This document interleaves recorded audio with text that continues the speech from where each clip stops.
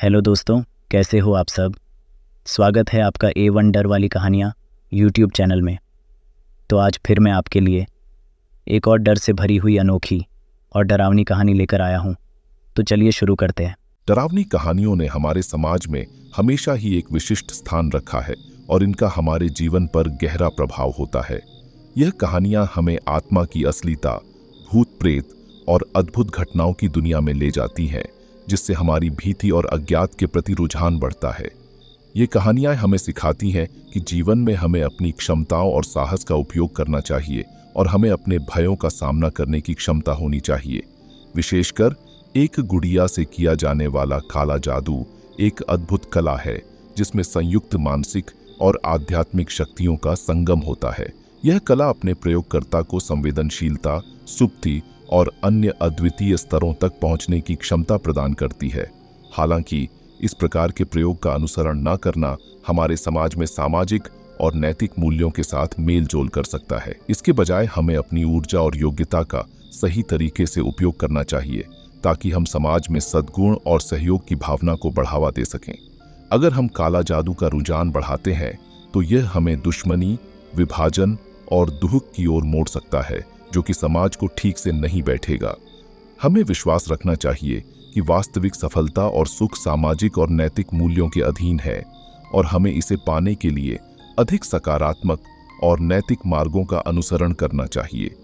हमें यह याद रखना चाहिए कि भूत प्रेत, काला जादू और उनसे जुड़ी कहानियां हमारे सामाजिक मानवीय बातचीत को गहराई से प्रभावित कर सकती हैं। इन्हें सिर्फ एक मनोरंजक रूप में नहीं देखा जा सकता है, बल्कि इनका सामाजिक, सांस्कृतिक और मानवीय परिप्रेक्ष्य समझना भी महत्वपूर्ण है। जीवन में अगर कभी भी कोई संघर्ष या चुनौती आए, तो हमें अपनी साहस और निर्णय लेने की क्षमता बनी रखनी चाहिए, जिससे हम अद्भुतता की दुनिया में अग्रसर हो सकें। बच्चों को यह शिक्षा देना भी महत्वपूर्ण है कि वे अपने आत्मसमर्पण और संजीवनी शक्तियों का उपयोग उचित और सावधानी से करें। विचार करें, हमारे जीवन में चुनौतियों का सामना करने में हमें साहस, विश्वास और आत्मविश्वास की आवश्यकता होती है। जो कि कहते हैं, आपकी सोच आपके जीवन को दिशा देती है, और यही विचारशीलता हमें अपनी मंजिल की ओर बढ़ने में मदद करती है। इस प्रकार हमें डर और अनिश्चितता के मौजूद होने पर भी उचित रूप से अग्रसर करना चाहिए और अपने लक्ष्यों की प्राप्ति के लिए कभी भी हार नहीं माननी चाहिए। आखिरकार हमें इसे समझना चाहिए कि हमारे आसपास की दुनिया रहस्यमय और अद्वितीय है, और यह हमारी सोच और विचारों को प्रभावित कर सकती है। भूत प्रेतों और काले जादू से जुड़ी कहानियां हमें सिखाती हैं कि हमें आत्मविकास, शक्ति और सत्य की ओर बढ़ना चाहिए, ताकि हम अपने जीवन को सफलता और सुख की दिशा की ओर मोड़ सकें। आज की कहानी भी एक ऐसे ही टोटके वाली गुड़िया की है, और आप सुनेंगे कि कैसे यह गुड़िया पहले इंसान को अपाहिज बनाती है और फिर कैसे उसकी जान ले लेती है। इस कहानी में यह भी सुनेंगे कि किसने यह टोटके वाली गुड़िया बनाई और क्यों बनाई, किसके लिए बनाई, और इसका उपयोग और कहाँ कहाँ होता है। तो ज्यादा टाइम बर्बाद न करते हुए कहानी शुरू करते हैं।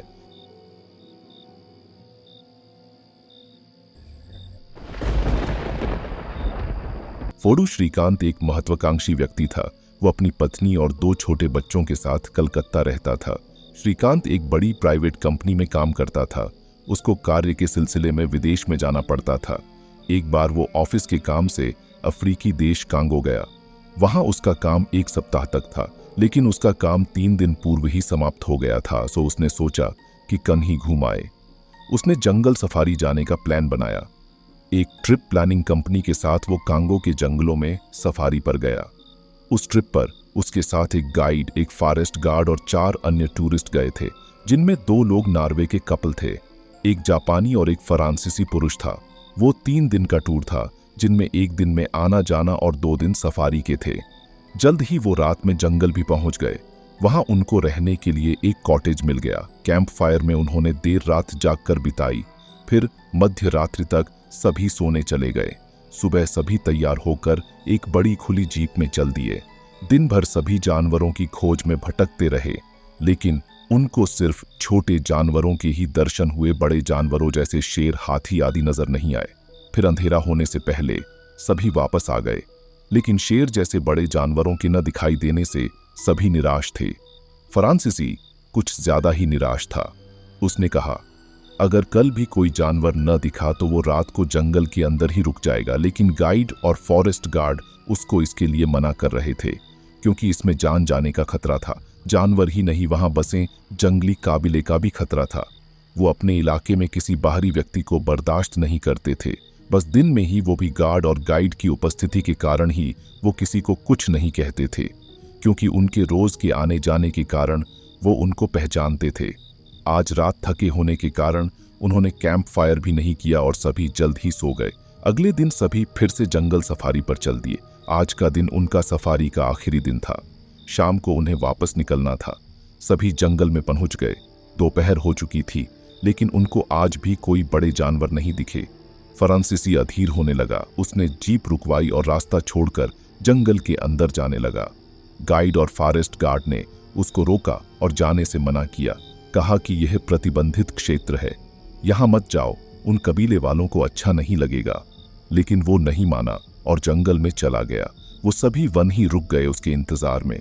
वो अभी थोड़ी अंदर ही गया था कि उसको 2 आदिवासी नजर आए। उन्होंने उस पर अपने बाण तान दिए। वो फ्रांसीसी अपने साथ पिस्टल भी छुपा कर लाया था। उसने अपनी गन निकालकर उन पर गोली दाग दी। एक को गोली लग गई, वो वहीं ढेर हो गया और दूसरा भाग गया। अभी थोड़ी दूर ही गया था कि दूसरा आदिवासी भागकर अपने साथियों को ले आया। उन्होंने उसको घेर लिया और अपने साथ पकड़ कर ले गए। उन्होंने उसकी कमीज उतरवाकर उसे एक लकड़ी के खंभे से बांध दिया। उधर जब फ्रांसीसी को आने में देर हो गई तो बाकी सभी उसको ढूंढते हुए वहां आ पहुंचे। फिर आदिवासी कबीले वालों ने उन सबको पकड़कर उन सबकी भी कमीज उतरवाकर वैसे ही लकड़ी के खंभे से बांध दिया। उस गाइड ने उनको उन्हीं की भाषा में समझने का प्रयास किया तो उन्होंने उससे कह दिया कि अब वो इसे नहीं छोड़ेंगे, क्योंकि इसने उनके साथी को मार दिया है और वो इसका बदला लेंगे। उनकी इस बात को सुनकर गाइड ने कहा कि ये अब इसको नहीं छोड़ेंगे और हमें भी यहाँ से जाने को कह रहे हैं। अगर हम नहीं गए तो ये हमें भी इसके साथ मार डालेंगे। फिर उन्होंने फ्रांसीसी को छोड़ बाकी सभी को खोल दिया, लेकिन उनके कपड़े वापस नहीं किए। वो वहां से जाने लगे तो श्रीकांत को यह नागवार लगा। उसने फॉरेस्ट गार्ड की राइफल छीनकर उन आदिवासियों पर तान दी और उस फ्रांसीसी को खोलने लगा। गाइड उसको ऐसा करने से मना कर रहा था। वो बोला, तुम ऐसा मत करो वरना मारे जाओगे। लेकिन श्रीकांत ने उनकी एक भी नहीं सुनी। फिर वो उन पर गन तानते हुए उस फ्रांसीसी को भी छुड़ा कर ले गया। सभी भागकर जीप तक आए और उसमें बैठकर वहां से निकल गए। कॉटेज आकर तुरंत सभी ने अपना सामान पैक किया और वहां से शहर की ओर निकल पड़े। लेकिन वो गार्ड अब भी उसको यही कह रहा था कि तुमने ये सब अच्छा नहीं किया। फिर वो सभी सुबह तक अपने होटल आ गए। वहां आकर श्रीकांत उस गाइड से बोला, देखो हम सब सही सलामत है, आप तो वैसे ही डर रहे थे। हमने अपने एक साथी को मरने से बचा लिया है। उसी दिन श्रीकांत भारत की फ्लाइट लेकर अपने घर वापस आ गया। श्रीकांत घर पहुंचने पर सभी के लिए तोहफे ले गया। उसने घर वालों को वहां घटित पूरा वाकया सुनाया। सभी उसके कारनामे पर बहुत प्रसन्न थे, लेकिन उनकी यह खुशी अधिक दिन तक नहीं टिक पाई। एक रात अचानक उसके एक हाथ में बहुत दर्द हुआ। फिर धीरे धीरे वो दर्द बढ़ता ही चला गया। उसके दोनों हाथ मानो सुन्न पड़ गए, जैसे लकवा मार गया हो। फिर उसके दोनों पैरों में दर्द होने लगा और उसके दोनों पैर भी सुन्न पड़ गए। वो अब अपने आप उठ बैठ भी नहीं सकता था। रात ही रात में वो एकदम अपाहिज सा हो चुका था। उसकी पत्नी उसे अस्पताल में ले गई। कई दिन वो अस्पताल में भर्ती रहा, लेकिन उसकी हालत में कोई सुधार न हुआ। यहां तक कि ये तक नहीं पता चल सका कि किस वजह से अचानक उसके साथ ये सब हुआ। उसको घर लेकर आ चुके थे। उसके परिवार पर अचानक से दुखों का पहाड़ टूट चुका था। फिर एक दिन उसके सेल फोन पर उस गाइड का कॉन्गो से फोन आया। श्रीकांत की उससे मित्रता हो गई थी, सो वो अपना नंबर उसको देकर आया था। श्रीकांत की पत्नी लक्ष्मी ने उसका फोन रिसीव किया। उसने सबसे पहले श्रीकांत का हालचाल पूछा। इतना सुनते ही वो रोने लगी। फिर उसने श्रीकांत की हालत उसको बयां कर दी। गाइड ने कहा, ये कोई बीमारी नहीं है, ये सब वुडू तंत्र से किया गया है। वो ये सब मानने को तैयार नहीं थी। उसका मानना था कि इतनी दूर 7 समंदर पार से कोई कैसे यह तंत्र मंत्र कर सकता है। लेकिन फिर जो कुछ भी उसने बताया, वो सुनते ही लक्ष्मी के होश उड़ गए। उसने कहा, अगर आपको श्रीकांत को सही करवाना है तो आपको श्रीकांत को लेकर यहाँ आना होगा। आगे की बात मैं वहीं आकर आपको बताऊंगा। लक्ष्मी को न चाहते हुए भी उस पर विश्वास कर श्रीकांत को ठीक करने के लिए उसे लेकर कांगो के लिए रवाना होना पड़ा। लेकिन बच्चों को उसने अपने माता पिता के घर छोड़ना पड़ा, क्योंकि श्रीकांत के माता पिता का स्वर्गवास हो चुका था। वहां पहुंचकर उसने गाइड से मुलाकात करी। उसने उनके रहने का इंतजाम कर दिया। लेकिन लक्ष्मी ने उससे कहा, पहले तुम मुझे सब विस्तार से बताओ, ऐसा क्या हुआ जिससे अचानक श्रीकांत की ऐसी हालत हो गई। फिर उसने सारी बात विस्तार से बतानी शुरू की। हम जिस कबीले के आदिवासियों के बीच फंसे थे वो वुडू समुदाय के थे और वुडू तंत्र के झाता थे। वो किसी को तब तक नुकसान नहीं पहुंचते जब तक उनको नुकसान न पहुंचाया गया हो, लेकिन अपने दुश्मनों को कभी क्षमा भी नहीं करते। उस फ्रांसीसी ने उनके साथी को मारकर सबसे बड़ी गलती कर दी और श्रीकांत ने उसको बचाया। ये उसकी गलती थी। इन लोगों ने हमारे कपड़े पहले ही ले लिए थे, जिनका इस्तेमाल कर इन्होंने वुडू गुड़िया बनाई और हम सभी पर तंत्र का इस्तेमाल किया। ये पहले कपड़ों से गुड़िया बनाते हैं, फिर मंत्र बोलते बोलते पुतले को सुइयां चुभाई जाती है। इससे शत्रु को पीड़ा होने लगती है। अगर किसी को मारना होता है तो ये लोग उस पुतले को पूरी क्रिया होने के बाद जमीन में गाड़ देते हैं। इससे उनका शत्रु मृत्यु को प्राप्त हो जाता है। उसने आगे कहा कि जिस फ्रांसीसी को श्रीकांत ने बचाया था वो अब मर चुका है। उसके पुतले पर मंत्र का इस्तेमाल करके उन्होंने उसका पुतला जमीन में गाड़ दिया ताकि वो मर जाए, जैसे उनका साथी मरा था। साथ ही वो दोनों जापानी कपल भी कई दिन बिस्तर पर पड़े रहे, यहाँ तक कि मैं भी कई दिन बीमार था। लेकिन हम पर उन्होंने ज्यादा दिन इसका इस्तेमाल इसलिए नहीं किया होगा क्योंकि हमारी कोई गलती नहीं थी। उसने आगे बताया, श्रीकांत ने फ्रांसीसी को आजाद कराया था, इसलिए उसकी ऐसी हालत की है। उसके हाथ पैर काम नहीं कर रहे।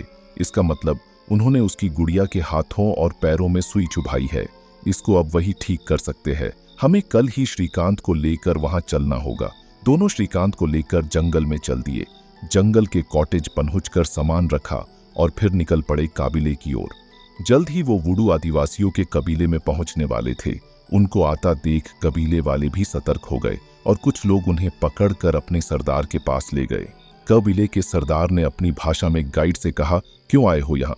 गाइड ने सब बात उसे बताया दी और श्रीकांत को पूर्णतया ठीक करने की गुहार लगाई।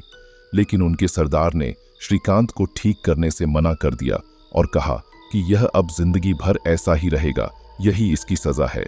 उसने सब लक्ष्मी को बता दिया। लक्ष्मी ने उसको कहा कि एक बार उसको ठीक कर दे, दोबारा कभी यहाँ नहीं आएंगे। फिर भी उसने मना कर दिया, यहाँ तक कि लक्ष्मी ने उसके पांव तक पकड़ लिए। लेकिन वो टस से मस भी नहीं हुआ और उनको चले जाने को कह दिया। साथ ही यह भी कह दिया कि उसको नफरत है बाहरी इंसानों से और अगर वो यहाँ से नहीं गई तो उसका भी श्रीकांत के जैसा हाल कर देगा।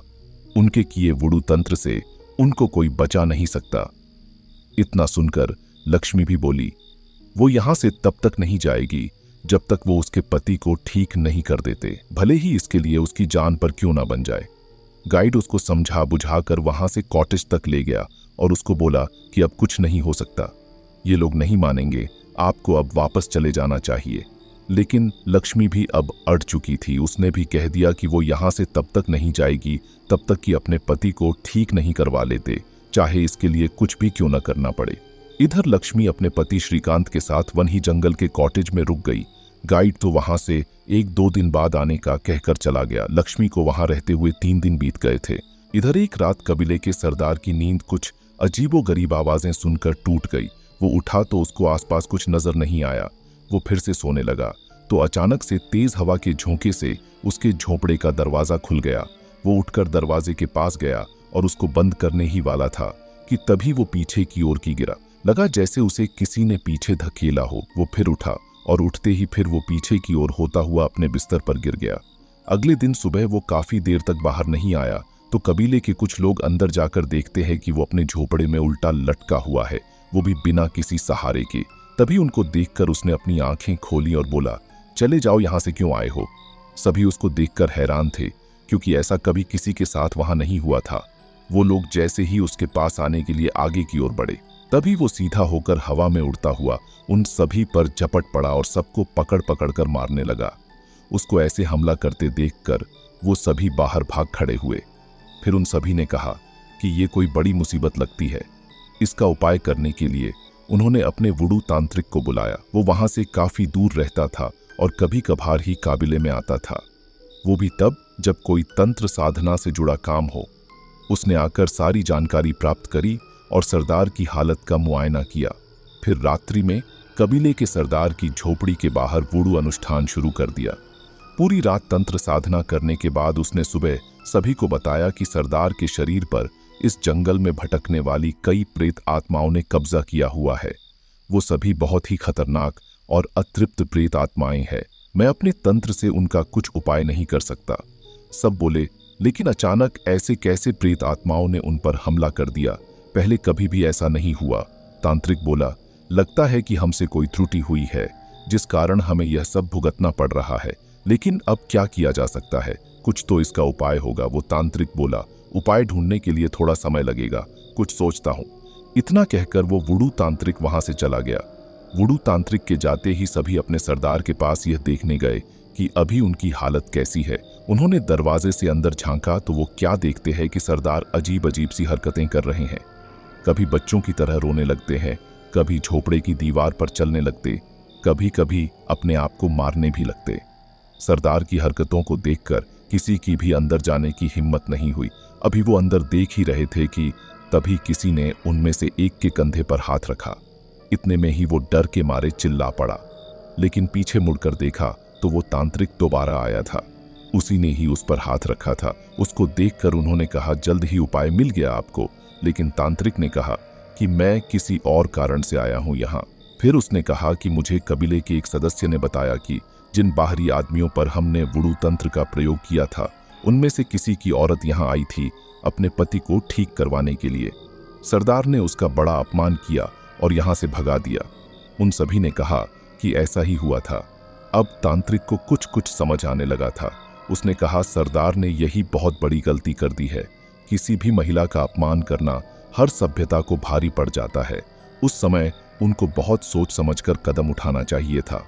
अब मुझे बताओ कि वो महिला अब भी यहीं है या चली गई है? तो उनमें से एक ने कहा कि वो अभी भी यहीं जंगल के कॉटेज में ही रुकी हुई है। फिर उस तांत्रिक ने कहा कि हमें जितनी जल्दी हो सके उस महिला से मिलकर उससे क्षमा मांगनी चाहिए, तभी कुछ हो सकता है, अन्यथा इन प्रेत आत्माओं से बचना बहुत ही मुश्किल है। फिर एक सदस्य उस तांत्रिक को लेकर कॉटेज की ओर चल पड़ा जहां लक्ष्मी ठहरी हुई थी। वहां लक्ष्मी कॉटेज में अपने कमरे में अकेली थी।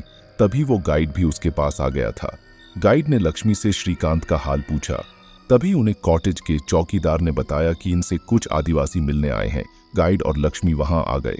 वुडू तांत्रिक ने गाइड से लक्ष्मी को अपनी बात समझने को कहा और बोला, अपने सरदार के किए के लिए क्षमा मांगी और कहा कि आपके आने के कुछ दिन बाद ही हमारे कबीले के सरदार पर कुछ प्रेतात्माओं ने कब्जा कर लिया है। मुझे लगता है उन्होंने आपका अपमान किया था, शायद इसीलिए ये सब हुआ है। लक्ष्मी गाइड से बोली, आप मेरे पति को ठीक करने को कही। लेकिन वुडू तांत्रिक ने यह कहकर मना कर दिया कि हम किसी भी अपराधी को क्षमा नहीं करते, फिर हमारे सरदार ही यह सब निर्णय ले सकते हैं। हम तो बस आपसे माफी मांगने आए हैं।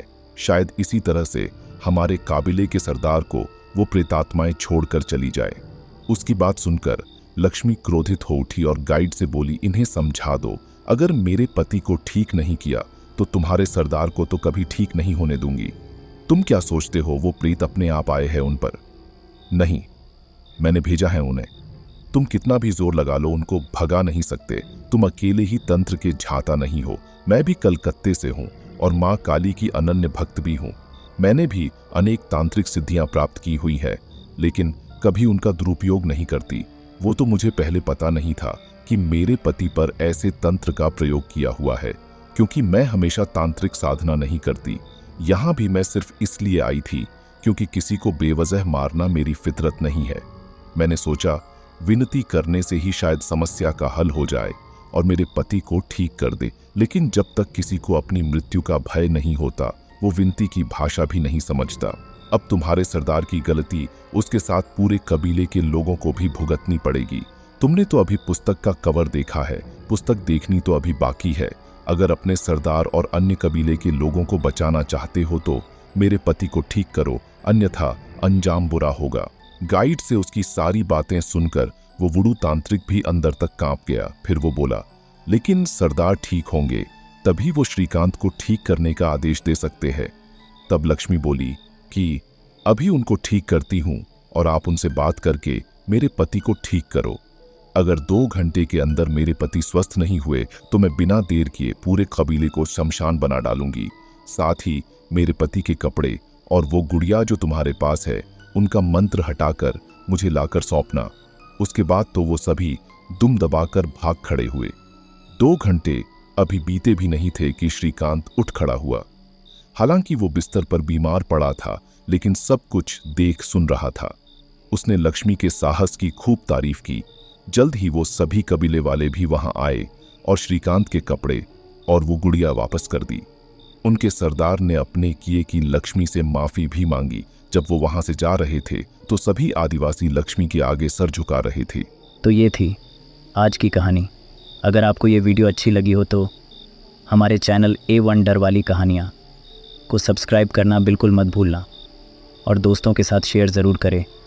मिलते हैं अगली एक और डर से भरी हुई कहानी के साथ। तब तक के लिए जय महाकाल।